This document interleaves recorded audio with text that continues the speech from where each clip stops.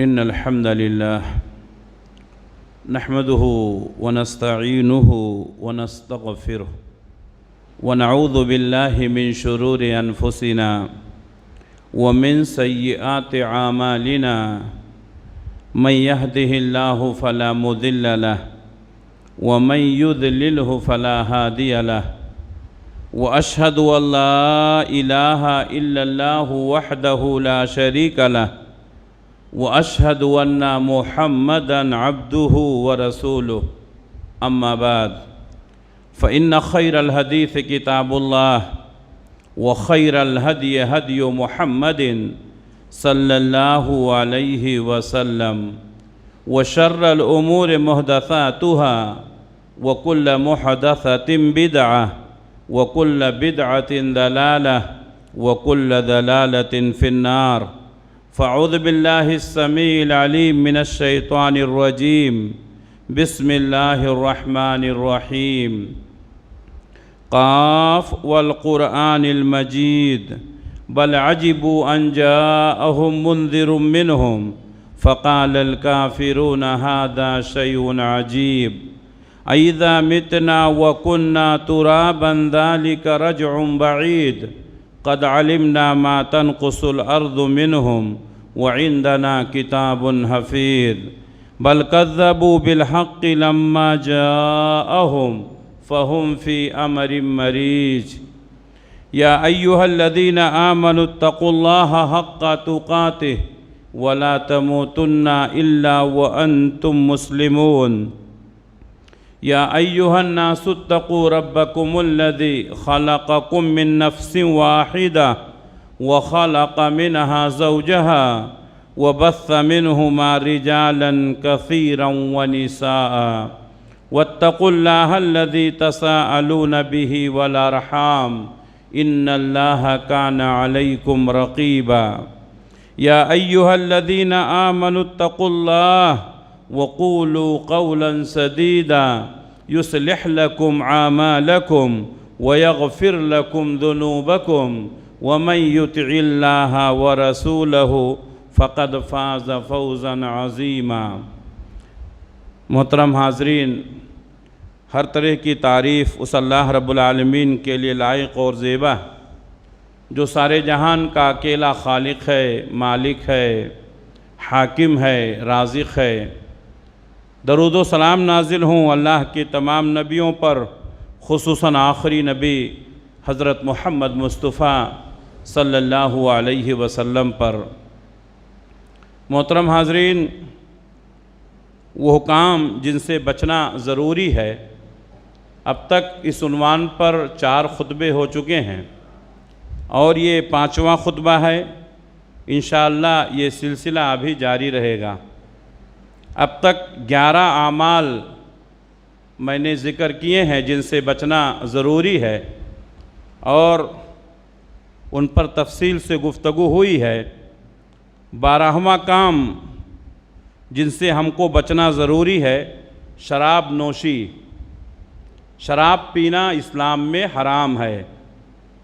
شراب کا نام لیا جائے تو بہت سارے لوگ ایک خاص قسم کی شراب کو اپنے ذہن میں تصور میں لاتے ہیں۔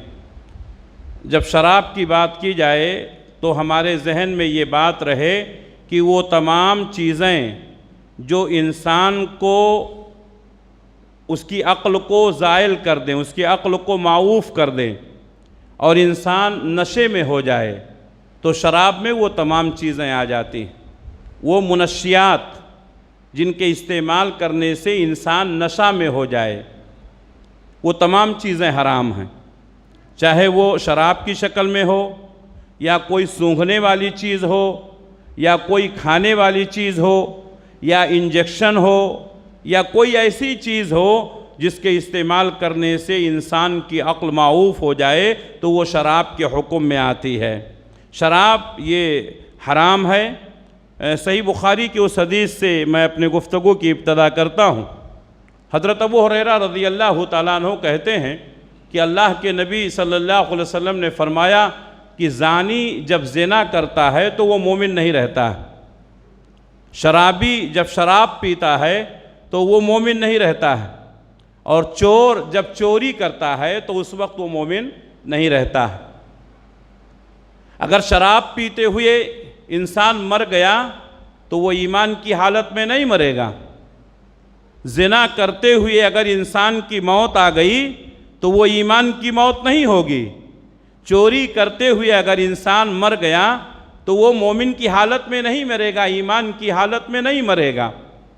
محدثین نے اس حدیث کی تشریح اس طرح بیان کی ہے کہ جب انسان چوری کرتا ہے، زنا کرتا ہے، شراب پیتا ہے تو اس کا ایمان اس کے اوپر نکل جاتا ہے اور چھتری کی طرح سے اس کے اوپر رہتا ہے۔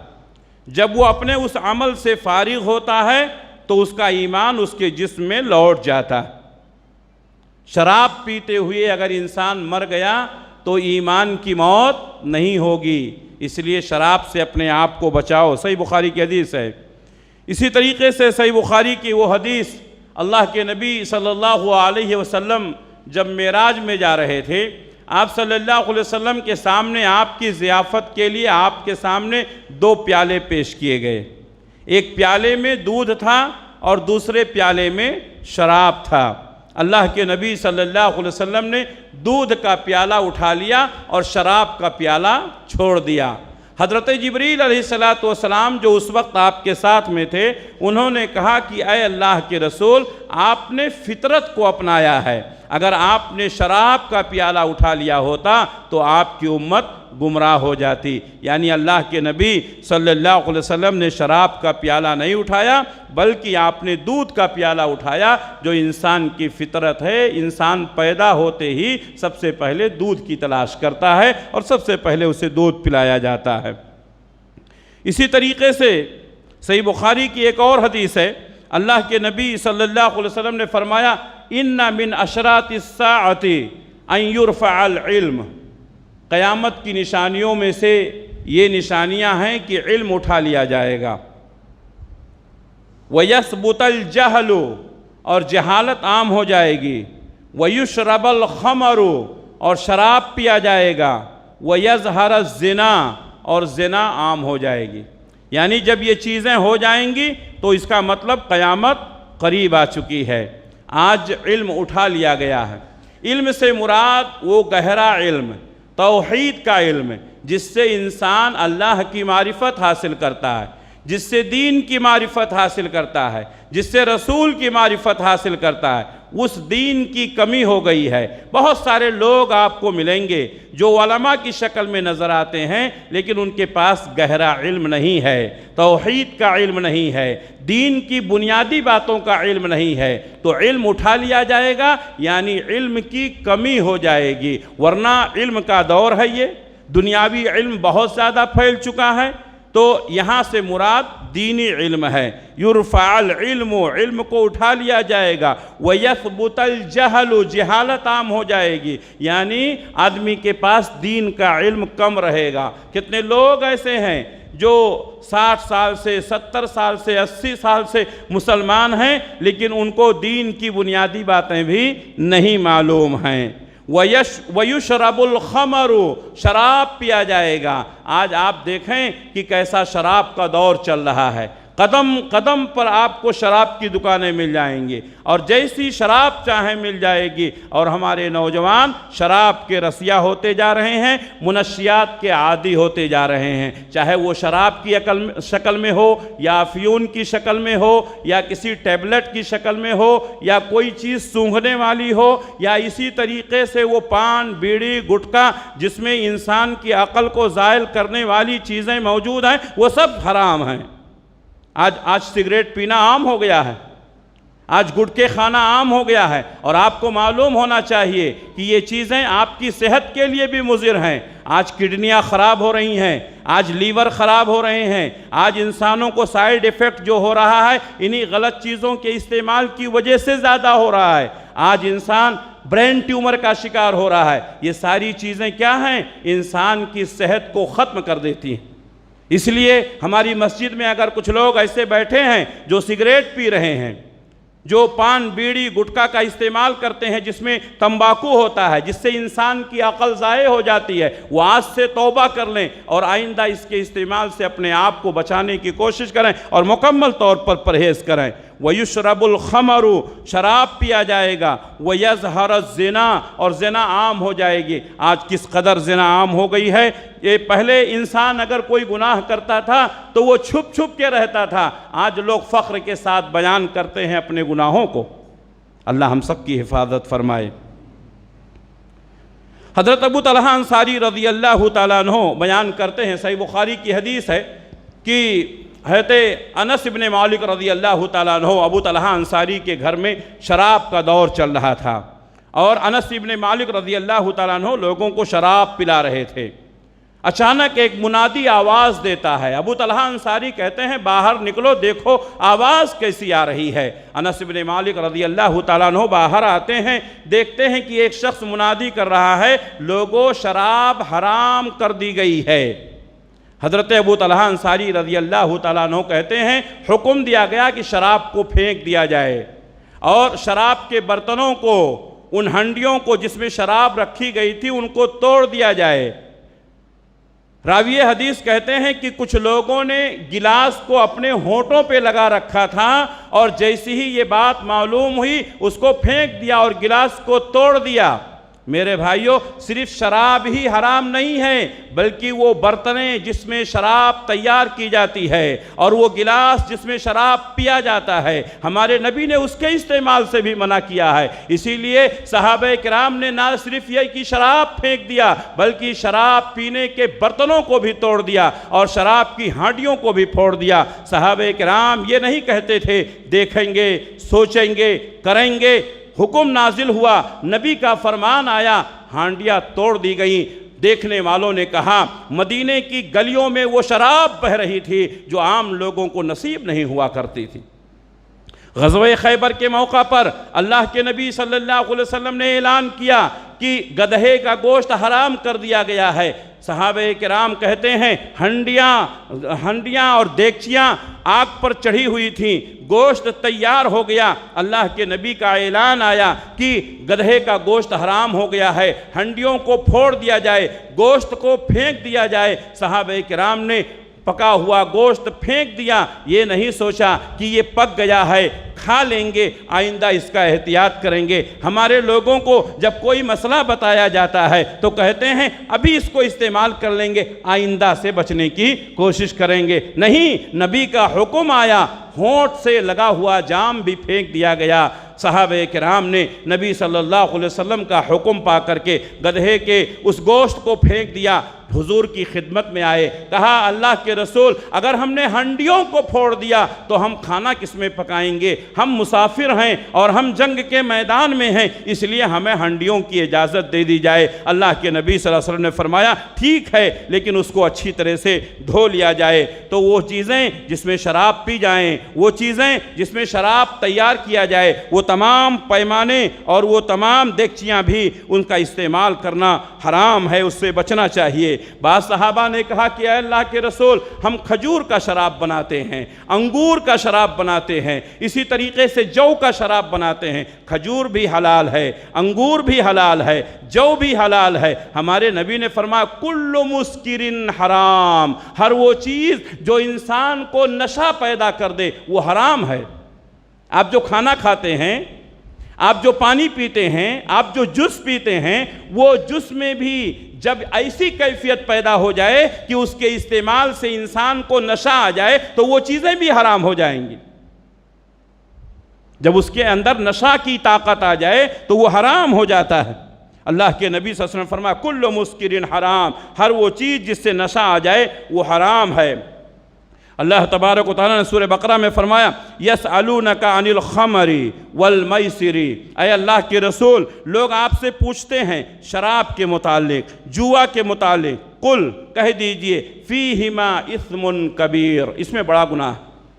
یہ جوا اور شراب جو تم استعمال کرتے ہو، پیتے ہو، اس میں بڑا گناہ ہے۔ ومنافع للناس، لیکن لوگوں کے لیے فائدہ بھی ہے، لوگوں کے لیے فائدہ بھی۔ یہ پیمانہ ہے جس کو ہم کو سمجھنے کی ضرورت ہے۔ بہت سارے لوگ جو حرام چیزیں ہیں اس کے فائدے گنواتے ہیں، حرام چیزوں میں بھی اللہ نے فائدے رکھے ہیں، لیکن شریعت کا اصول یہ ہے کہ کوئی بھی چیز اس کو پیمانے پر رکھا جائے، اس کا نقصان زیادہ ہے تو وہ حرام ہے، اس کا نفع زیادہ ہے تو وہ حلال ہے۔ اللہ تعالیٰ نے کیا کہا شراب کے متعلق، جوا کے متعلق کیا کہا؟ فیہما اثم کبیر، اس میں بڑا گناہ ہے، ومنافع للناس، اور لوگوں کے لیے فائدہ بھی ہے، لیکن نقصان فائدے سے زیادہ ہے، اس لیے اس کو حرام کر دیا گیا۔ تو شراب پینے والا یہ نہ سوچے کہ اس سے غم غلط ہو جاتے ہیں، شراب پینے والا یہ نہ سوچے کہ اس سے ہمارے غم دور ہو جاتے ہیں، شراب پینے والا یہ نہ سوچے کہ اس سے ہمیں فرحت و انبساط ملتا ہے۔ شراب حرام ہے گرچہ اس میں کچھ فائدے بھی ہوں۔ اسی طریقے سے اللہ تبارک و تعالیٰ نے سورہ مائدہ میں فرمایا یا ایھا الذین آمنوا، اے ایمان والو، انما الخمر، بے شک شراب، والمیسر، اور اسی طریقے سے جوا، والانصاب، بت پرستی، والازلام، اور یہ پانسے جو جوا کھیلنے کے لیے استعمال کیے جاتے ہیں، رجس من عمل الشیطان، یہ گندے ہیں، شیطانی کاموں میں سے ہیں، فاجتنبوہ، تم اپنے آپ کو ان سے بچاؤ، لعلکم تفلحون، تاکہ تم کامیاب ہو جاؤ۔ شراب سے اپنے آپ کو بچانا ہے، جوا سے اپنے آپ کو بچانا ہے، اور شراب اور جوا اور بت پرستی یہ شیطانی عمل ہیں، جب تک ہم ان کو چھوڑیں گے نہیں، ان سے اپنے آپ کو بچائیں گے نہیں، ہم کامیاب نہیں ہو سکتے ہیں۔ اسی طریقے سے شراب پینے کے جو نقصانات ہیں اس میں سے ایک یہ ہے کہ انسان جب شراب پی لیتا ہے تو اس کو اپنی بہن میں اور اپنی بیوی میں فرق نہیں نظر آتا ہے، اپنی ماں میں اور اپنی بیوی میں فرق نہیں نظر آتا ہے، وہ اپنی شہوت پوری کرنے کے لیے کسی کے اوپر بھی چڑھ جاتا ہے، اور اس کو اپنے اور غیر کی تمیز نہیں ہوتی ہے۔ اور اسی طریقے سے شراب پینے والا اکثر لڑائی جھگڑے کرتا ہے، اسی لیے آپ نے اکثر شرابیوں کو لڑتے ہوئے دیکھا ہوگا۔ اللہ تبارک و تعالیٰ نے فرمایا، سورہ مائدہ کی آیت ہے انما یرید الشیطان ان یوقع بینکم العداوۃ والبغضاء، بے شک شیطان اس بات کا خواہش مند ہے کہ وہ تمہارے درمیان عداوت پیدا کر دے، والبغضاء، اور دشمنی پیدا کر دے، فی الخمر، شراب کے ذریعے سے، والمیسر، اور جوے کے ذریعے سے، ویصدکم عن ذکر اللہ، اور تم کو اللہ کے ذکر سے روک دے، وعن الصلاۃ، اور نماز سے روک دے، فہل انتم منتہون، تم بچو گے کہ نہیں؟ یہ شراب کے نقصانات ہیں، یہ جوئے کے نقصانات ہیں کہ انسان شراب اور جوا کا عادی ہو جاتا ہے تو آپس میں دشمنیاں ہوتی ہیں، لڑائی جھگڑے ہوتے ہیں، اللہ کے ذکر سے غفلت ہوتی ہے، نمازوں سے دور ہو جاتا ہے۔ اسی لیے اللہ تبارک و تعالیٰ نے ان سے بچنے کا حکم دیا، اور یہ چیزیں اللہ تبارک و تعالیٰ نے حرام کی ہیں۔ اسی طریقے سے 13ویں چیز جس سے ہم کو اپنے آپ کو بچانا ہے وہ ہے موسیقی، گانا باجا۔ میرے بھائیوں، آج تو نبی کے نام پر ڈی جے بجائے جاتے ہیں۔ کل جو شہر میں ہلڑ بازیاں ہوئیں، جو آپ نے دیکھا اور آپ نے محسوس کیا، نام نبی کا لیا جا رہا ہے، نبی کی میلاد کا نام پر جشن منایا جا رہا ہے، گانے سنے جا رہے ہیں، میوزک بج رہی ہے، ڈی جے بجائے جا رہے ہیں، ان کے عقل پر پردے پڑ گئے ہیں۔ اللہ کے نبی صلی اللہ علیہ وسلم جن چیزوں کو ختم کرنے کے لیے آئے تھے، اور آپ صلی اللہ علیہ وسلم کی بعثت کا مقصد تھا جن چیزوں کا خاتمہ، انہی لوگوں نے نبی کے نام پر ان چیزوں کا استعمال کیا۔ تف ہے، افسوس ہوتا ہے ایسے لوگوں کے ذہن و دماغ پر جو اپنے آپ کو مسلمان کہتے ہیں، نبی صلی اللہ علیہ وسلم کے سنتوں کا دم بھرتے ہیں، اور اس سے بڑھ کر یہ اپنے آپ کو اہل سنت والجماعت کہتے ہیں۔ میرے بھائیوں، نام رکھنے سے کوئی نیک نہیں ہو جاتا ہے۔ اگر آپ کسی گندی چیز کے اوپر شیشی میں جنت الفردوس کا لیبل لگا دیں تو وہ جنت الفردوس کا خوشبو نہیں ہو جائے گا، وہ گندگی ہی رہے گی۔ اللہ ہمارے ان بھائیوں کو ہدایت نصیب فرمائے۔ گانا باجا موسیقی یہ حرام ہے، اللہ تبارک و تعالیٰ نے ان چیزوں سے بچنے کا حکم دیا۔ اللہ نے فرمایا وَمِنَ النَّاسِ مَن یشتری لہو الحدیث، لوگوں میں سے کچھ لوگ ایسے ہیں جو لہو بات کو خریدتے ہیں۔ لہو الحدیث سے مراد عبداللہ ابن عباس رضی اللہ تعالیٰ عنہ یہ اس امت کے سب سے بڑے مفسر ہیں، ان سے بڑا مفسر آج تک پیدا نہیں ہوا۔ عبداللہ ابن عباس رضی اللہ تعالیٰ عنہ اللہ کے نبی صلی اللہ علیہ وسلم کے چچیرے بھائی ہیں، حضرت عباس کے بیٹے ہیں، سب سے بڑے مفسر ہیں اس امت کے۔ کہتے ہیں کہ اللہ تبارک و تعالیٰ نے یہاں جو ذکر کیا ہے وَمَن يَشْتَرِي لَهْوَ الْحَدِيثِ، جو بیکار کی باتوں کو خریدتے ہیں، یہاں سے مراد گانا، باجا، موسیقی ہے۔ لِيُضِلَّ عَن سَبِيلِ اللَّهِ بِغَيْرِ عِلْمٍ، ان کا مقصد ہے کہ بغیر علم کے یہ لوگوں کو اللہ کے راستے سے بھٹکا دیں، لوگوں کو اللہ کے راستے سے بھٹکا دیں۔ اس کا پس منظر کیا ہے؟ اس کا پس منظر یہ ہے کہ نبی صلی اللہ علیہ وسلم کے زمانے میں جب لوگ نبی کی باتوں کو سننے کے لیے ٹوٹ پڑتے تھے اور قرآن کی آیتوں کی تلاوت کی جاتی تھی، تو خواتین اپنے گھروں کو کھول کر کے نبی صلی اللہ علیہ وسلم کی اور ابو بکر صدیق رضی اللہ تعالیٰ عنہ کی تلاوت کو سننے کے لیے آ جایا کرتے تھے۔ لوگوں نے کیا کیا؟ گانے والیوں کو رکھا، ناچنے والیوں کو رکھا۔ مقصد کیا تھا؟ کہ لوگ نبی کی مجلسوں میں نہ جائیں۔ جس طریقے سے آج ہماری مجلسوں کو سبوتاز کرنے کے لیے، آج ہماری مجلسوں کو فیل کرنے کے لیے لوگ مختلف قسم کی مجلسیں لگاتے ہیں، اس زمانے میں بھی چل رہا تھا۔ لوگ نبی صلی اللہ علیہ وسلم کی مجلسوں سے روکنے کے لیے، دین کی باتوں سے لوگوں کو روکنے کے لیے لہو الحدیث، گانے والیوں کا انتظام کرتے تھے، اور اس میں میوزک اور موسیقی بجائی جاتی تھی تاکہ لوگ نبی کی مجلسوں میں نہ جائیں، ان کی مجلسوں میں آ جایا کریں۔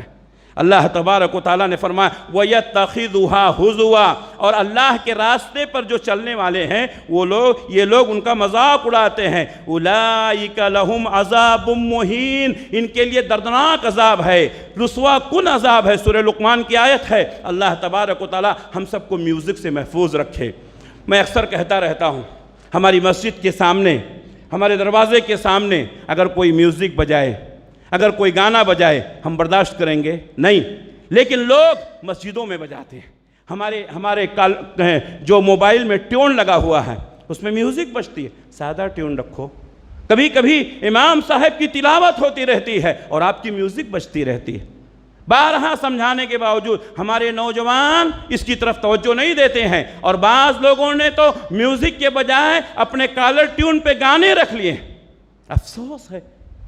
میرے بھائیوں، غیروں کی بات چھوڑو، ہم اہل حدیث ہیں اور فخر کے ساتھ یہ کہتے ہیں کہ ہم کتاب و سنت کے علمبردار ہیں۔ اگر ہماری حالت یہ ہے کہ ہماری فون میں میوزک بج رہا ہے، اگر ہماری حالت یہ ہے کہ ہمارے فون میں گانے بج رہے ہیں، تو ہم کیسے اہل حدیث؟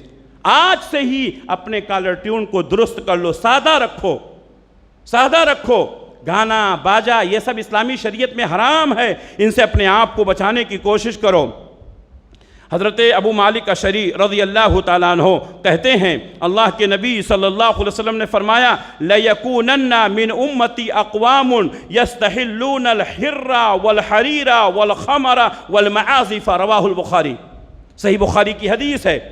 پیارے نبی صلی اللہ علیہ وسلم نے فرمایا لَيَكُونَنَّ مِنْ أُمَّتِ أَقْوَامٌ، میری امت میں کچھ لوگ پیدا ہوں گے، میری امت میں کچھ لوگ پیدا ہوں گے، یستحلون الحر، وہ زنا کو حلال کر لیں گے، والحریرہ، ریشم کے کپڑے پہننا حلال کر لیں گے، والخمرہ، شراب کو حلال کر لیں گے، والمعازف، اور آلات موسیقی کو حلال کر لیں گے۔ میرے بھائیوں، آج امت کا ایک بڑا طبقہ ہے جو موسیقی کو جائز کہہ رہا ہے اور دلیل دیتا ہے کہ اللہ کے نبی صلی اللہ علیہ وسلم کے سامنے چند لڑکیاں دف بجا رہی تھیں۔ وہ عرفات کا میدان تھا یا نبی صلی اللہ علیہ وسلم یوم النحر تھا، قربانی کا دن تھا، وہ لڑکیاں دف بجا رہی تھیں۔ حضرت عائشہ صدیقہ رضی اللہ تعالیٰ عنہا جو اس حدیث کی روایت کرنے والی ہیں، کہتی ہیں وہ مغنیات نہیں تھیں،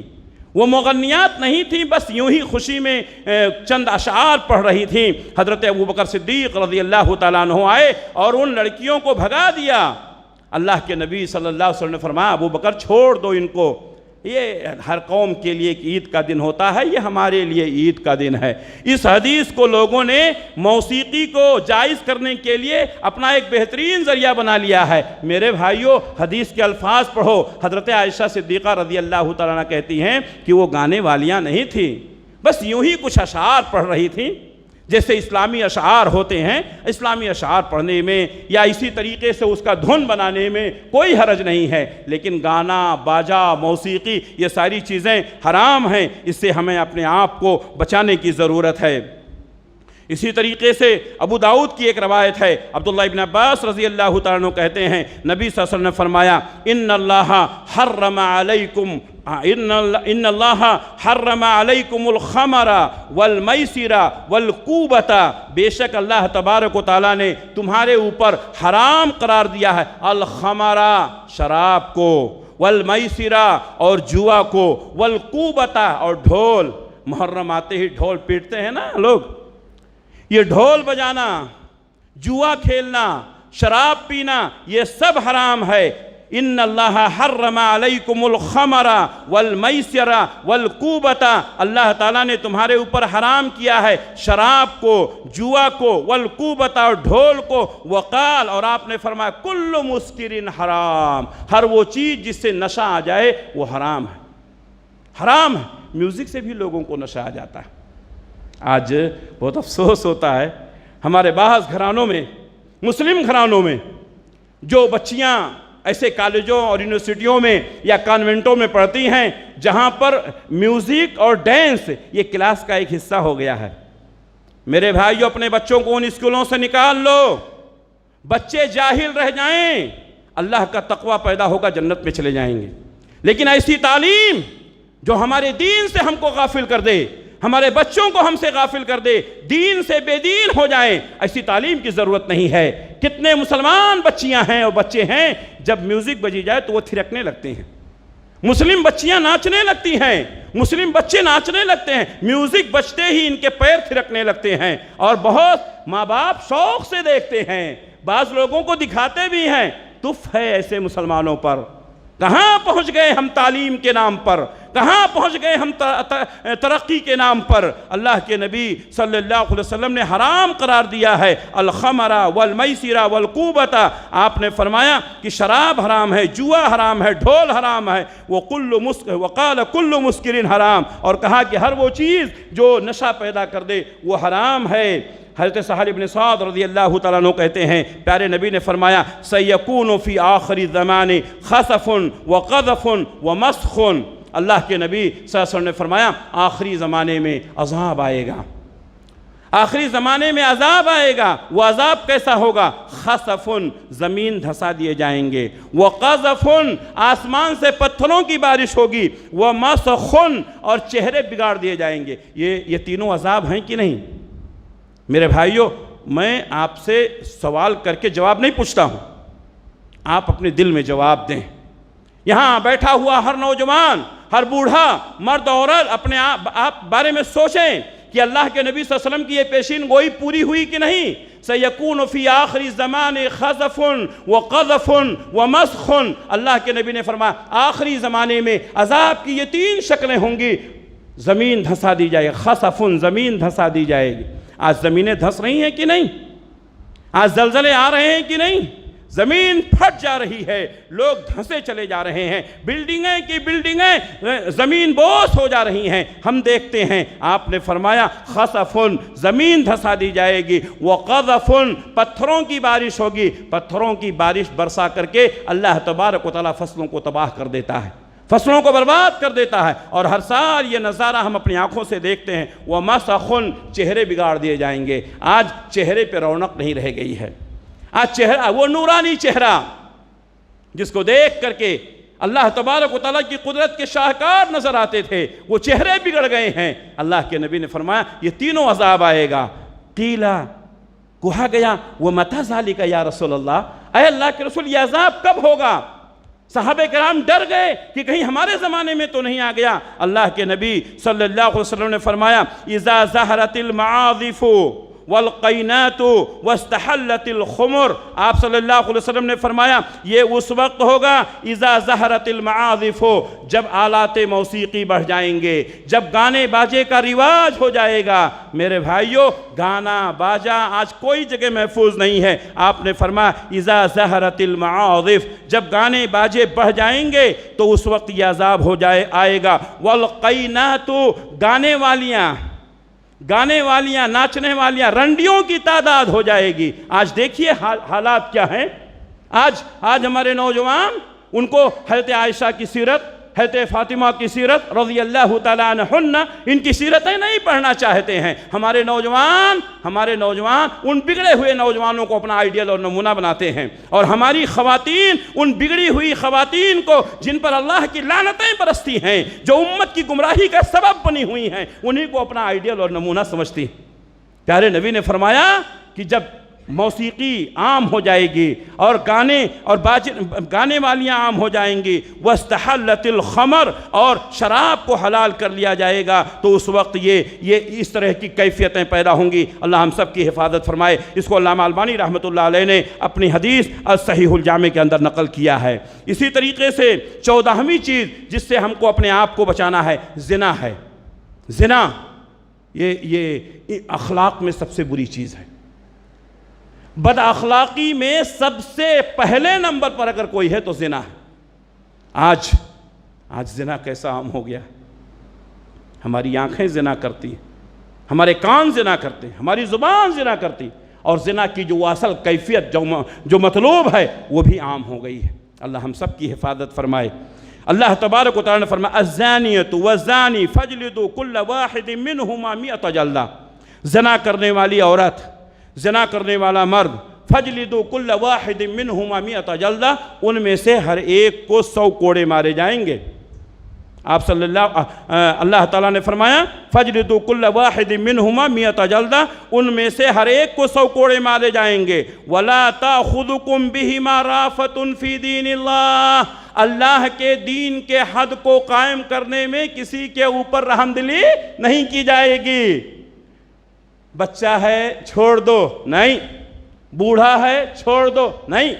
غریب ہے چھوڑ دو، نہیں۔ امیر ہے چھوڑ دو، نہیں۔ اللہ تبارک و تعالیٰ نے فرمایا کہ ان کے درمیان حدود قائم کرنے میں وَلَا تَأْخُذُكُمْ بِهِمَا رَأْفَةٌ فِي دِينِ اللَّهِ، اللہ کے دین کے حدود کو قائم کرنے میں ان کے ساتھ کسی طرح کی کوئی رعایت نہیں کی جائے گی۔ ان کنتم تؤمنون باللہ والیوم الآخر، اگر تم اللہ پر اور یوم آخرت پر ایمان رکھتے ہو تو ایسے لوگوں کو یہ سزا ضرور دو، ان کو معاف نہیں کرنا ہے۔ وَلِيَشْهَدْ عَذَابَهُمَا طَائِفَةٌ مِّنَ الْمُؤْمِنِينَ، اور جب ان کو عذاب دیا جائے گا، جب ان کو سزا دی جائے گی، جب ان کو کوڑے مارے جائیں گے تو بند کمرے میں نہیں، لوگوں کے سامنے مارے جائیں گے، تاکہ دوسرے مومن دیکھ کر کے ان کے اندر یہ دہشت پیدا ہو جائے کہ اگر ہم زنا کریں گے تو ہمارے ساتھ بھی یہی معاملہ ہوگا۔ زنا 2 طرح کا ہوتا ہے، ایک وہ جو انسان شادی شدہ ہے پھر بھی زنا کرتا ہے، اس کی سزا الگ، اس کو رجم کیا جائے گا، اور جو غیر شادی شدہ ہے وہ اگر زنا کیا تو اس کو 100 کوڑے مارے جائیں گے اور 1 سال کے لیے شہر بدر کیا جائے گا۔ اللہ کے نبی صلی اللہ علیہ وسلم کی ایک حدیث ہے، ایک نوجوان کسی کے یہاں کام کرتا تھا، اس کی بیوی سے اس نے زنا کر لیا۔ بیوی جو ہے وہ شادی شدہ تھی، وہ نوجوان لڑکا تھا جو غیر شادی شدہ تھا، دونوں میں زنا ہو گیا۔ اللہ کے نبی صلی اللہ علیہ وسلم کے پاس یہ مسئلہ گیا تو آپ نے اس لڑکے کو 100 کوڑے مارنے کا حکم دیا، کہا اس کو 100 کوڑے مارے جائیں، اور عورت شادی شدہ تھی۔ پیارے نبی نے فرمایا وہ اپنے جرم کا اگر اقرار کر لے تو اس کو رجم کر دو، چنانچہ اس کو رجم کر دیا گیا۔ مرد ہو یا عورت، غیر شادی شدہ ہے تو اس کو 100 کوڑے مارے جائیں گے، 1 سال کے لیے شہر بدر کیا جائے گا، اور اگر شادی شدہ ہے تو اس کو رجم کیا جائے گا، اس کے پتھر مار کر کے اس کو ہلاک کر دیا جائے گا۔ اللہ تبارک و تعالیٰ نے زنا سے بچنے کے لیے بہت ساری پابندیاں لگائی ہیں۔ اللہ تعالیٰ نے فرمایا لا تقربوا الزنا، زنا کے قریب مت جاؤ، انہ کان فاحشۃ وساء سبیلا، سورہ اسراء کی آیت ہے، بے شک یہ گندی بات ہے اور برا راستہ ہے۔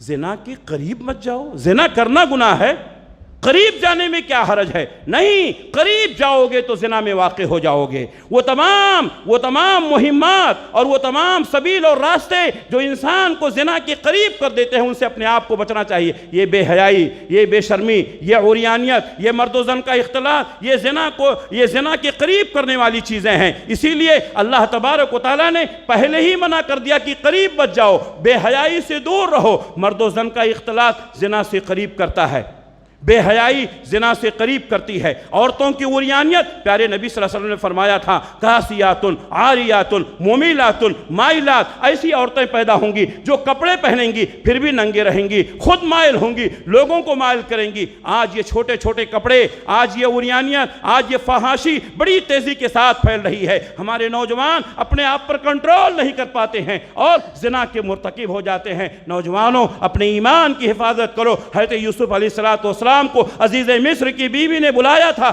بند کمرے میں، سارے دروازے بند ہیں، ملکہ وقت بلا رہی ہے، لیکن یوسف علیہ السلام نے کہا معاذ اللہ، اللہ کی پناہ، اپنی جوانی کی حفاظت کرو، اپنے عصمتوں کی حفاظت کرو، مرنا ہے، اللہ کے سامنے حاضر ہونا ہے، کہیں ایسا نہ ہو ہماری جوانی داغدار ہو جائے اور ہم اللہ کے سامنے جب جائیں تو ہمیں ذلت اور رسوائی اٹھانی پڑے۔ صحابہ کرام نے کچھ غلطیاں ہوئیں اور ان لوگوں نے عذاب الہی سے بچنے کے لیے دنیا میں انہوں نے عذاب سہنا گوارا کر لیا، لیکن آخرت کے عذاب سے بچنے کے لیے انہوں نے نبی صلی اللہ علیہ وسلم کے پاس حاضر ہو کر کے اور آپ سے التجا کی کہ اے اللہ کے رسول ہمیں پاک کر دیجئے۔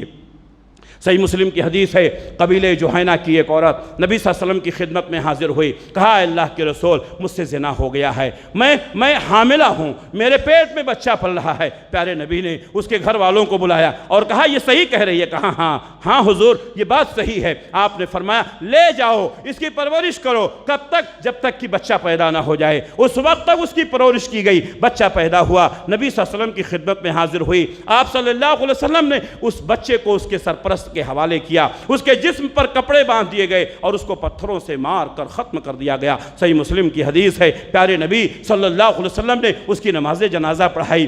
حضرت عمر رضی اللہ تعالیٰ عنہ آگے بڑھے، ہمارے نبی کا ہاتھ پکڑ لیا، کہا حضور آپ اس کی نماز جنازہ پڑھا رہے ہیں، یہ بدکار عورت ہے اور اس نے زنا کیا تھا۔ ہمارے نبی نے فرمایا عمر تم کیسی بات کرتے ہو، اس سے بڑی توبہ کیا ہو سکتی ہے کہ اس نے اللہ کی رضا کے لیے دنیا میں اپنی جان اللہ کے حوالے کر دی۔ پیارے نبی نے فرمایا اگر اس کی توبہ کو مدینے کے 70 آدمیوں پر تقسیم کر دی جائے تو وہ 70 آدمی بھی جنت میں چلے جائیں گے، ان کی بخشش ہو جائے گی۔ میرے بھائیوں زنا ہو گیا، ان لوگوں نے اللہ کے نبی صلی اللہ علیہ وسلم کے پاس حاضر ہو کر کے سزا کی فریاد کی۔ ماعز اسلمی کا واقعہ مشہور ہے، پیارے نبی کی خدمت میں پہنچتے ہیں، کہتے ہیں حضور طہرنی یا رسول اللہ، اے اللہ کے رسول مجھے پاک کر دیجئے۔ ہمارے نبی نے فرمایا کس سے پاک کر دیں؟ کہا حضور مجھ سے غلطی ہو گئی ہے، میں نے زنا کر لیا ہے۔ پیارے نبی نے فرمایا کوئی ماعز کو دیکھے کہیں انہوں نے شراب تو نہیں پی رکھی ہے؟ ایک صحابی گئے، کہا حضور انہوں نے شراب نہیں پی ہے۔ پیارے نبی نے فرمایا اچھا، حکم دیا گیا، ان کے اوپر پتھر مارے گئے، ان کو پتھر سے مار کر ہلاک کیا گیا۔ حضرت ماعز اسلمی کو جب مارا گیا اور پتھروں سے مار کر کے ان کو ختم کر دیا گیا، پیارے نبی صلی اللہ علیہ وسلم نے ان کی نماز جنازہ پڑھائی۔ لوگ 2 حصوں میں تقسیم ہو گئے، بعض لوگوں نے کہا ماعز اسلمی کا معاملہ چھپا ہوا تھا، انہوں نے نبی کے پاس پہنچ کر کے اس کو ظاہر کر دیا، ان کو نہیں کرنا چاہیے تھا۔ بعض لوگوں نے کہا ماعز اسلمی بہت اچھے تھے، دنیا کی مصیبتوں کو انہوں نے برداشت کر لیا اور آخرت کے عذاب سے اپنے آپ کو بچا لیا۔ میرے بھائیوں پیارے نبی باہر نکلے، دیکھا صحابہ 2 گروپ میں ہیں، پیارے نبی نے فرمایا استغفروا لاخیکم ماعز الاسلمی، تم اپنے بھائی ماعز اسلمی کے لیے مغفرت کی دعا کرو۔ پیارے نبی نے فرمایا ماعز اسلمی نے ایسی توبہ کی ہے کہ ان کی توبہ کو ایک جماعت پر اگر تقسیم کیا جائے تو وہ جماعت کے گناہوں کو اللہ معاف کر دے گا اور سب کو جنت میں داخل کر دے گا۔ میرے بھائیوں صحابہ کرام سے بھی غلطیاں ہو جاتی ہیں۔ اگر کوئی مرد، کوئی عورت، کوئی لڑکا، کوئی لڑکی ہماری اس مجلس میں بیٹھا ہوا ہے، اس مسجد میں بیٹھا ہوا ہے، جس نے یہ گناہ کیا ہے، میرے بھائیوں اسلامی شریعت یہاں نہیں ہے، اسلامی قانون کا نفاذ یہاں نہیں ہے، ہم جمہوری ملک میں ہیں، لیکن آپ کے گناہ کو اللہ جانتا ہے۔ اللہ کے لیے توبہ کریں، ابھی توبہ کریں، اسی وقت توبہ کریں، قبل اس کے کہ موت آ جائے اللہ سے توبہ کر لیں، اپنی دنیا میں توبہ کر کے اپنی آخرت کو بچا لیں۔ میرے بھائیوں یہی سچے مومن کی پہچان ہے۔ اللہ تبارک و تعالی ہمارے گناہوں کو معاف فرمائے۔ اللہ کے نبی صلی اللہ علیہ وسلم نے معراج میں جو بہت سارے واقعات دیکھے، بہت سارے نظارے دیکھے، اس میں سے ایک نظارہ یہ بھی تھا، آپ نے دیکھا ایک بہت بڑا تنور ہے، اس کے نیچے آگ چل رہی ہے، اس میں برہنہ مرد اور عورت ہیں، جب آگ بھڑکتی ہے تو وہ برہنہ مرد اور عورت اوپر جاتے ہیں، اس تنور کا منہ بہت باریک ہے، ایسا لگتا ہے کہ آگ جب بھڑکے گی تو یہ لوگ باہر نکل جائیں گے، لیکن جب آگ کم ہوتی ہے تو یہ لوگ پھر نیچے آتے ہیں۔ برہنہ ہیں، مرد بھی ہیں، عورتیں بھی ہیں۔ حضور نے پوچھا، جبریل سے کہا یہ کون لوگ ہیں جن کو اتنی سخت سزائیں مل رہی ہیں، جو آگ کے تنور میں جل رہے ہیں، برہنہ ہیں؟ حضرت جبریل نے کہا حضور یہ وہ لوگ ہیں جو ناجائز طریقے سے اپنی شہوتوں کو پوری کرتے تھے، جو زنا کا ارتکاب کرتے تھے۔ میرے بھائیوں، انسانوں کی بات تو چھوڑو، جانور بھی اس غیرت کو برداشت نہیں کرتا ہے۔ صحیح بخاری کی وہ حدیث میں آپ کو بیان کر دوں، حضرت عمر بن میمون رضی اللہ تعالیٰ عنہ کہتے ہیں زمانے جاہلیت میں نے ایک بندریا کو دیکھا، اس بندریا نے جا کر کے ایک بندر سے زنا کر لیا۔ بندروں نے جب دیکھا کہ ایک بندریا نے دوسرے بندر سے زنا کر لیا ہے تو تمام بندروں نے اس بندریا کو اکٹھا کیا۔ صحیح بخاری کی حدیث ہے، کہتے ہیں بندروں نے اس بندریا کو پتھر مارا اور پتھر مار مار کر کے اس بندریا کو ختم کر دیا۔ عمر ابن میمون رضی اللہ تعالیٰ عنہ کہتے ہیں میں نے دیکھا، میری غیرت بھی بیدار ہوئی، میں نے بھی اس بندریا کو پتھر مارا۔ میرے بھائیوں، جانور بھی اس بات کو برداشت نہیں کرتا ہے۔ آج کتنے مسلمان مرد اور عورت ہیں، کتنے نوجوان لڑکے اور لڑکیاں ہیں جو اس طریقے سے غلط طریقے سے اپنی شہوتیں پوری کرتے ہیں۔ اللہ سے دعا ہے کہ اللہ رب العالمین ہر وہ کام جو ہمارے لیے دنیا اور آخرت کی تباہی کا سبب ہے، اللہ ہمیں ان کاموں سے بچنے کی توفیق عنایت فرمائے۔ اللہ ہم سب کو سچا پکا مسلمان بنائے۔ اللہ جب تک دنیا میں رکھے، اسلام پر قائم رکھے، خاتمہ ہو تو ایمان بالخیر پر ہو۔ ربنا تقبل منا انك انت السميع العليم وتب علينا انك انت التواب الرحيم برحمتك يا ارحم الراحمين آمين۔